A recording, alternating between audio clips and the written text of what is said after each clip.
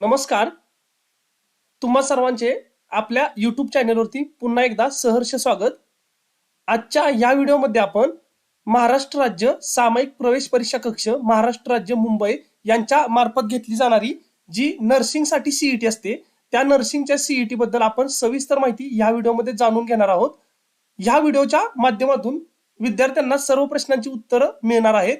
जसं की नर्सिंग या विभागाअंतर्गत एकूण किती डिप्लोमा कोर्सेस आणि किती ग्रॅज्युएशन कोर्सेस आणि किती मास्टर कोर्सेस येतात, त्यांचा जो कालावधी असतो तो किती वर्षांचा असतो, त्याचा नेमका अर्थ काय असणार आहे याबाबत सविस्तर चर्चा आपण या व्हिडिओच्या माध्यमातून विद्यार्थ्यांशी करणार आहोत. तर माहिती जाणून घेण्यासाठी व्हिडिओला शेवटपर्यंत नक्की बघा. जर चॅनलवरती तुम्ही पहिल्यांदाच येत असाल तर चॅनलला सबस्क्राईब करून ठेवा, सोबतच बेल आयकॉनला प्रेस करा, जेणेकरून येणाऱ्या नवीन व्हिडिओच्या अपडेट सर्वप्रथम तुम्हाला भेटत राहतील. चला तर मग व्हिडिओला सुरू करूयात. राज्य सामायिक प्रवेश परीक्षा कक्ष महाराष्ट्र राज्य मुंबई यांच्या मार्फत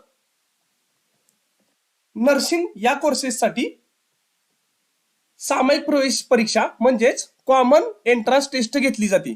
पूर्वी मागील वर्षापर्यंत नर्सिंगला जर तुम्हाला ऍडमिशन घ्यायचं असेल तर त्यासाठी तुम्हाला नीट ही परीक्षा द्यावी लागत होती. परंतु या वर्षापासून महाराष्ट्र शासनाने नर्सिंगचा डिप्लोमा असो किंवा नर्सिंगचं ग्रॅज्युएशन कोर्स असो किंवा मास्टर कोर्स असो, तर त्याच्यासाठी तुम्हाला आता महाराष्ट्र राज्याने एक स्वतंत्र सामायिक प्रवेश परीक्षा ऑर्गनाईज केलेली आहे. तर आता इथून पुढे त्या सीईटीच्या मार्कांवरतीच तुमचं ऍडमिशन पुढचं होणार आहे.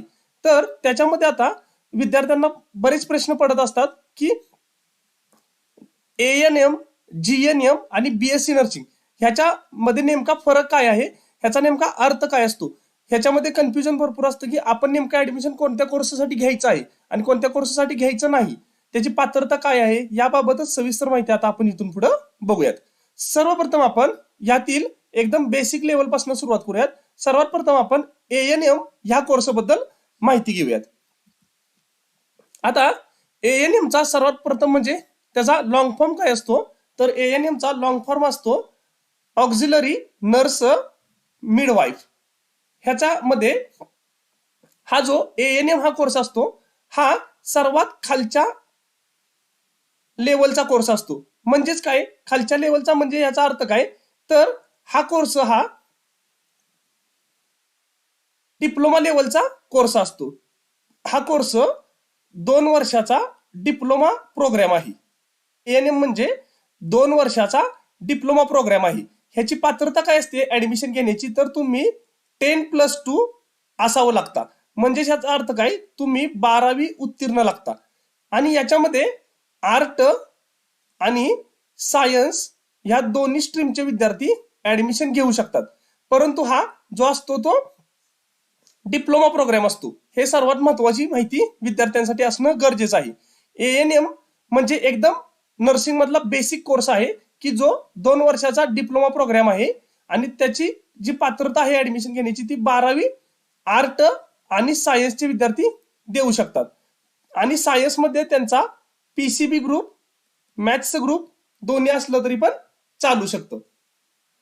आणि त्याच्यासाठी स्वतंत्र सीईटी महाराष्ट्र शासनाने जी चालू केलेली आहे ती सीईटी तुम्हाला द्यावी लागेल. आणि ह्याचा जो पॅटर्न असतो तो सेम ANM, GNM आणि BSc नर्सिंग साठी सेम असतो. तो आपण पुढे बघूयात परीक्षेचं स्वरूप आणि नेमकं काय असणार आहे त्याच्यामध्ये. आता ANM चा कोर्स झाला तुमचा 2 वर्षाचा डिप्लोमा प्रोग्राम. आणि त्याच पद्धतीने पुढे गेल्यानंतर आता तुम्हाला GNM हा एक नर्सिंग मधला डिप्लोमा प्रोग्रामचा दुसरा कोर्स आहे. हा कोर्स 3 वर्षाचा प्लस 6 महिने ह्याच्यामध्ये एंट्रन्शिप असते. GNM हा 3 वर्षाचा डिप्लोमा प्रोग्राम कोर्स आहे, डिप्लोमा आहे. GNM सुद्धा काय आहे, डिप्लोमाचा आहे. फक्त फरक काय आहे याच्यामध्ये, ANM हा 2 वर्षाचा डिप्लोमा प्रोग्राम असतो आणि GNM हा 3 वर्षाचा प्रोग्राम असतो. आणि त्याच्या सोबतच तुम्हाला मात्र ह्याच्यामध्ये ऍडिशनल एक पार्ट मिळतो, तो म्हणजे 6 मंथ एंट्रन्शिप मिळते.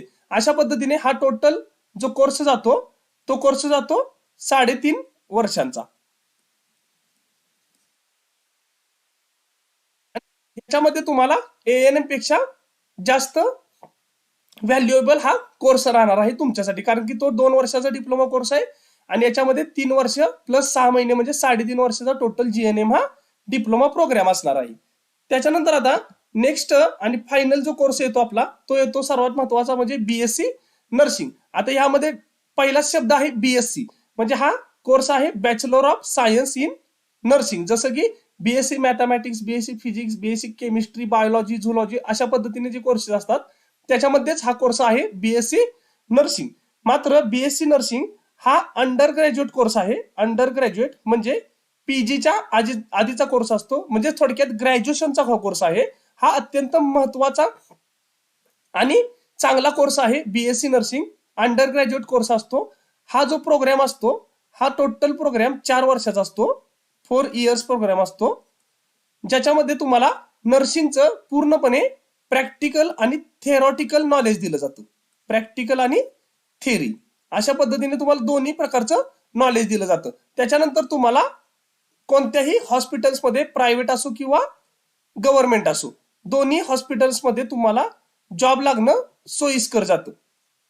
ह्या कोर्समध्ये तुम्हाला बाकीचे जे 2 डिप्लोमा कोर्सेस होते ते बेसिक कोर्स आहेत, त्याच्यापेक्षा जास्तीत जास्त नॉलेज तुम्हाला ह्या बीएससी नर्सिंग ह्या कोर्समध्ये तुम्हाला गव्हर्नमेंटकडून दिलं जातं. त्याच्यामध्ये तुमचं प्रॅक्टिकल नॉलेज पण चांगलं येतं आणि थेरॉटिकल नॉलेज पण चांगलं घेतलं जातं आणि तुम्हाला जॉब ऑपॉर्च्युनिटी बीएससी नर्सिंग मधून ही चांगली असते. जरी इन फ्युचरमध्ये दरवर्षी जशा आरोग्य विभागाच्या जागा सुटतात जिल्हा परिषद अंतर्गत किंवा महाराष्ट्र शासनाच्या अंतर्गत, त्याच्यामध्ये तुम्हाला नर्सिंग ह्या पदावरती सरकारी नोकरी मिळण्याचा चान्स जास्त असतो तुमची, कारण की बॅचलर डिग्री असल्यामुळे. त्या ठिकाणी बऱ्यापैकी डिप्लोमा हा कोर्स चालत नाही, तर तुम्हाला कमीत कमी ग्रॅज्युएशन असणं चांगल्या पोस्टसाठी गरजेचं असतं.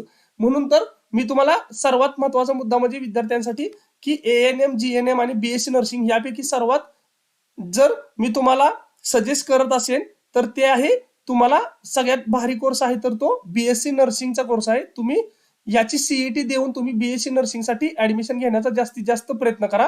ह्याच्यामध्ये तुम्हाला महाराष्ट्रामध्ये गव्हर्नमेंट आणि प्रायव्हेट अशा दोन्ही टाईपचे कॉलेजेस तुम्हाला ऍडमिशनसाठी उपलब्ध असणार आहेत. आणि ह्याची जी सीईटी असणार आहे त्याच्यामध्ये तुम्हाला फिजिक्स, केमिस्ट्री आणि बायोलॉजी हे 3 सब्जेक्ट असणार आहेत आणि त्याच्याच सोबत मात्र फक्त एक ऍडिशनल सब्जेक्ट इंग्लिश आणि जी नर्सिंगची ऍप्टिट्यूड असते, नर्सिंगची ऍप्टिट्यूड हे एकूण 4 सब्जेक्ट असणार आहेत तुम्हाला. फिजिक्स, केमिस्ट्री, बायोलॉजी, इंग्लिश आणि नर्सिंग ऍप्टिट्यूड. ह्याच्यामध्ये प्रत्येकी फिजिक्समध्ये 20 प्रश्न विचारले जातात, केमिस्ट्रीमध्ये 20 विचारले जातात, बायोलॉजीत 20, इंग्लिशमध्ये 20 आणि ऍप्टिट्यूडमध्ये 20 प्रश्न विचारले जातात. असे एकूण मिळून सीईटीला तुम्हाला 100 प्रश्न विचारले जातात. ही मी तुम्हाला एक थोडक्यात प्रश्नपत्रिकेचं तुमच्या सीईटीचं स्वरूप कसं असतं हे याबाबत माहिती देतोय. फिजिक्स, केमिस्ट्री, बायोलॉजी, इंग्लिश आणि नर्सिंग ऍप्टिट्यूड. इंग्लिश हे सुद्धा तुमचं 12वी लेवलच असतं, त्याच्यावरती हायर इंग्लिश जास्त विचारलं जात नाही. बेसिक 12वी लेवलचं इंग्लिश विचारलं जातं. आणि नर्सिंग ऍप्टिट्यूड मध्ये तुम्हाला बऱ्यापैकी विज्ञानाचे प्रश्न विचारले जातात जे की आरोग्याशी रिलेटेड असतात. नर्सिंग ऍप्टिट्यूड मध्ये काय नेमकं विचारलं जातं याबाबत विद्यार्थ्यांची एक शंका असते, तर त्याच्यामध्ये तुम्हाला आरोग्य विभागाच्या रिलेटेड तुम्हाला जे सगळं हेल्थ केअर, हेल्थच्या बाबतीत जे क्वेश्चन्स असतात सगळे, म्हणजे रोगाचे प्रश्न, उदाहरणार्थ रोग व त्याच्यावरील उपचार, परत आरोग्याचे सगळे कायदे, जसं की जागतिक रक्तदान शिबिर असेल ते कधी राबवलं जातं, त्यानंतर जागतिक एड्स दिन निर्मूलन, त्यानंतर तुमचं वर्ल्ड हेल्थ ऑर्गनायझेशन WHO याबाबत प्रश्न, म्हणजे अशा पद्धतीने तुम्हाला आरोग्य विभागाशी रिलेटेड तुम्हाला प्रश्न नर्सिंग ऍप्टिट्यूड मध्ये विचारले जातात. आणि एकूण प्रश्नांची संख्या असते 100 आणि या ठिकाणी मार्क पण तेवढेच असतात. एका प्रश्नाला 1 मार्क असतो, म्हणजे या ठिकाणी असे मिळून 20-20-20 प्रत्येक सेक्शनचे 20 मार्क असे मिळून टोटल 100 मार्कांची तुमची सीईटी असते. हा झाला सिलेबस आणि मार्किंग स्कीम. आणि त्यानंतर आता अभ्यास करायचा असेल तर तुम्हाला ऍक्च्युली हे जे 3 सब्जेक्ट आहेत हे तर तुमचे 12वीला फार्मसी सीईटी किंवा तुम्ही जी काही इंजिनिअरिंगची सीईटी देणार असाल किंवा काय असेल तर त्यात तुमचा फिजिक्स केमिस्ट्री तर कव्हर होतोय आणि बायोलॉजी पण तुमचा त्यातून कव्हर होऊन जाईल. तर पीसीबीचा काही टेन्शन नाही तुम्हाला. तर पीसीबी तुमचा सीईटी नॉर्मल जी सीईटी आपली ऍग्रिकल्चरची फार्मसीची त्याच्यातून हा कव्हर होऊन जाईल. फक्त राहतो मुद्दा इंग्लिशसाठी तुम्हाला मार्केटमध्ये बरीच पुस्तकं मिळतील कॉम्पिटेटिव्ह एक्झामची, ती तुम्ही घेतली तरी बेसिक 12वी पर्यंतची चालतील. आणि नर्सिंग ऍप्टिट्यूड पण पुस्तकं अवेलेबल आहेत. फक्त नर्सिंग ऍप्टिट्यूड मध्ये तुम्हाला आरोग्य विभागावरती जास्त तुम्हाला फोकस करावा लागणार आहे. मी उदाहरणार्थ तुम्हाला सांगितले त्या पद्धतीने प्रश्न विचारले जातात. तर ही सर्व होती एएनएम, जीएनएम आणि बीएससी नर्सिंग बाबतची इन डिटेल्स मध्ये माहिती. आणि यानंतर आपण विद्यार्थ्यांसाठी अजून बीएससी नर्सिंग साठी महाराष्ट्रातली गव्हर्नमेंट आणि प्रायव्हेट कॉलेजेस नेमकी कोणती आहेत, कॉलेजची रँक कशी आहे, किती कॉलेजेस चांगले आहेत, कोणत्या कॉलेजला ऍडमिशन घ्यावं विद्यार्थ्यांनी, याबाबत एक सविस्तर व्हिडिओ आपण येणाऱ्या काही दिवसांमध्ये घेऊन येणार आहोत. तर तोही व्हिडिओ तुम्हाला लवकरच उपलब्ध केला जाईल. अशा पद्धतीने तुम्हाला बीएससी नर्सिंग बाबत ह्या व्हिडिओमध्ये एवढी माहिती तुम्हाला सांगायची होती. जर तुम्हाला ही माहिती आवडली असेल, व्हिडिओ आवडला असेल, तर तुमच्या मैत्रिणींसोबत हा व्हिडिओ जास्तीत जास्त शेअर करा. आणि व्हिडिओ आवडला असेल तर व्हिडिओला एक नक्की लाईक करा. Thank you so much.